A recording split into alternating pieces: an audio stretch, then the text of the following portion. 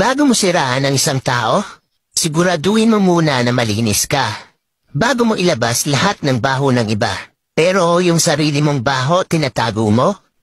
Bago ka magpasikat, dapat sa tama at malinis na paraan. Huwag yung maninira ka ng kapwa mo para lang mapansin ka. Ano, pasikat lang? Yan ang mga taong feeling perfect. Ang tingin nila sa sarili nila, napakalinis. Lahat ng tao may bad side. Kaya manalamin ka muna bago ka manghusga. Madami ka namang nagawang mabuti pero sa isang mali, di na nakita yung nagawa mong mabuti sa kanila. Ganon talaga yung mga taong kulang sa pansin.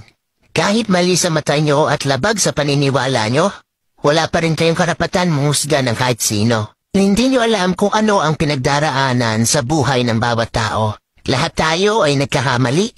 Bas hindi kaaya-ayang tignan ang mga taong nagmamalinis.